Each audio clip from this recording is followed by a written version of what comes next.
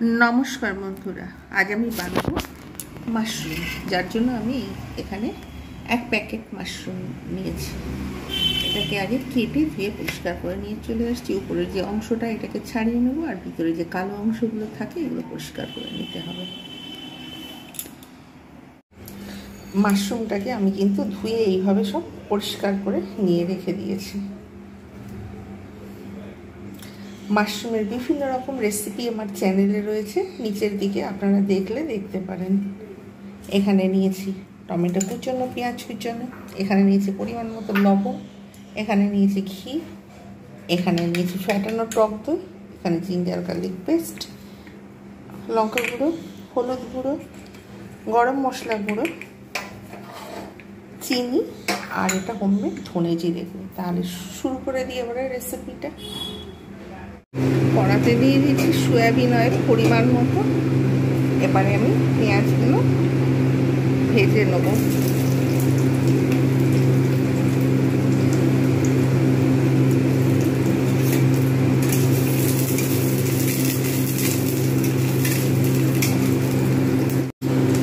পেঁয়াজগুলো ব্রাউন ভাব এসে গেছে, সফট হয়ে গেছে। এবার আমি এর মধ্যে দিয়ে দেবো টমেটোগুলো।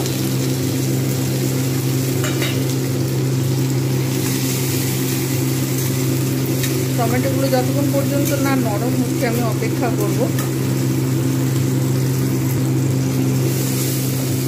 এর মধ্যে দিয়ে দেবো পরিমাণ মতো লবণ। টমেটোগুলো নরম হয়ে যাবে, অলরেডি তখন গলতে শুরু করবে।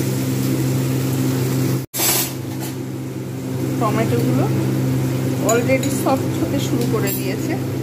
এবার আমি এতে দিয়ে দেবো জিঞ্জার গার্লিক পেস্ট। ভালোভাবে আঁচটা কমিয়ে নেব, কষাতে থাকবো যাতে না পুড়ে যায়, তার জন্য আমি এতে একটু জল দিয়ে দেবো।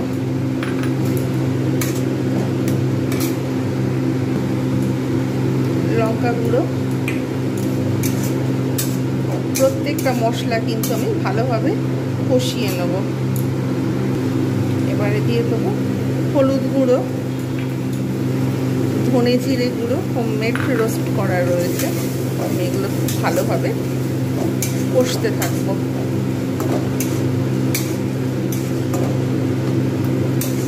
দরকার হলে আপনারা ঢাকনা দিয়েও কষতে পারেন, তাহলে কিন্তু সফট হয়ে যাবে। আমার একদম খুব মিহি করে চপ করা রয়েছে, যার জন্য আমার খুব ইজিলি কষতে কষতে কিন্তু এগুলো সব টমেটোগুলোও গলে গেছে আর পেঁয়াজ একদম পুরো সফট হয়ে গেছে।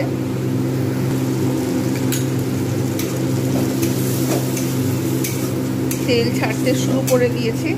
এই মোমেন্টে আমি এতে দিয়ে দেবো ফ্যাটানো টক দই। টেস্টের জন্য অল্প পরিমাণে দেব, যাতে খুব সুন্দর একটা টেস্ট হয়। একটু জল দিতে হবে, না হলে হবে না।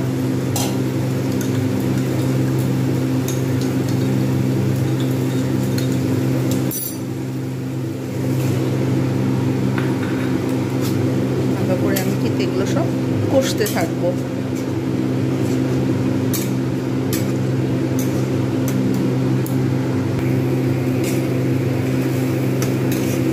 ভালোভাবে কষা হয়ে গেছে, একদম পুরো তেল ছাড়তে শুরু করে দিয়েছে। বেশ কিছুক্ষণ ধরে আমি সমস্ত মশলা, টক দই, ফ্যাটানো যেটা ছিল সেইটা সব আমি একসঙ্গে ভালোভাবে কষিয়ে নিলাম। ঠিক এইরকম একদম মিহি হয়ে আসবে আর খুব সুন্দর একটা স্মেল আসবে। ঠিক সেই মোমেন্টে আমি এর মধ্যে মাশরুমগুলো আমি সব অ্যাড করে দিলাম। বেশ কিছুক্ষণ কষিয়ে নেব।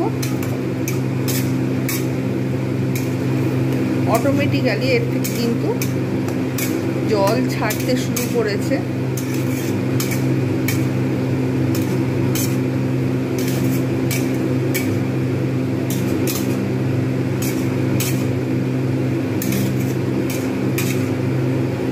সেরকমভাবে আমি কিন্তু ভালোভাবে ঢাকনা দিয়ে এটাকে কষাতে থাকবো।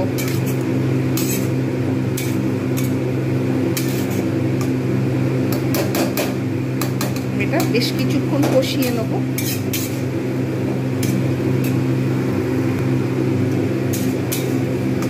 খুব ভালোভাবে আমি এটা কষিয়ে নিয়েছি।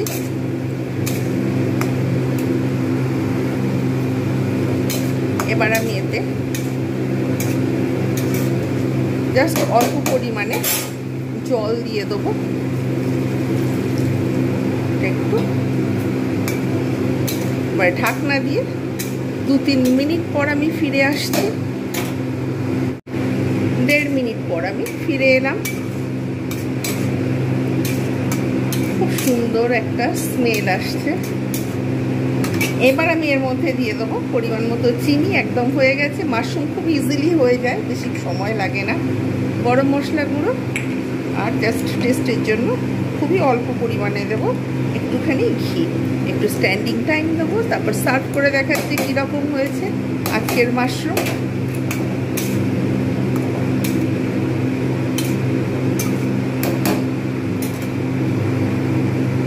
তৈরি হয়ে গেল বাঙালিদের অতি জনপ্রিয় ডিশ মাশরুম।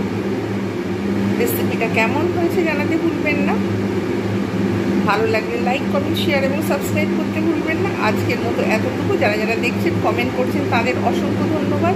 আর যারা যারা সাবস্ক্রাইব করেছেন তাদের অসংখ্য ধন্যবাদ। এইরকম নিত্য নতুন ভিডিও পেতে আমার চ্যানেলটাকে সাবস্ক্রাইব করুন, লাইক করুন, কমেন্ট করুন। আজকের মতো এতটুকুই। Bye bye and take care.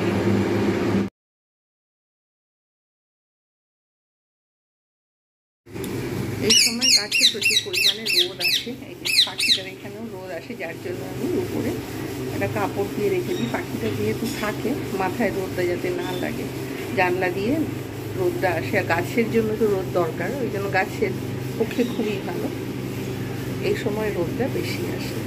তারপরে আস্তে আস্তে যত বেলা বাড়ে তত কিন্তু এই রোদটা চলে যেতে থাকে। এই সময়টা খুব সুন্দর লাগে। আর পাখির পক্ষেও এই সময়টা ভালো লাগে, যেহেতু রোদের ওরা যেহেতু প্রকৃতির একটা ক্রিচার বলা চলে, সেহেতু প্রকৃতির যেহেতু প্রকৃতির সঙ্গে রোদ, জল, হাওয়া যাতে কানেক্ট থাকে, যার জন্য আমি এটিকে এই জায়গাটা চুজ করেছি।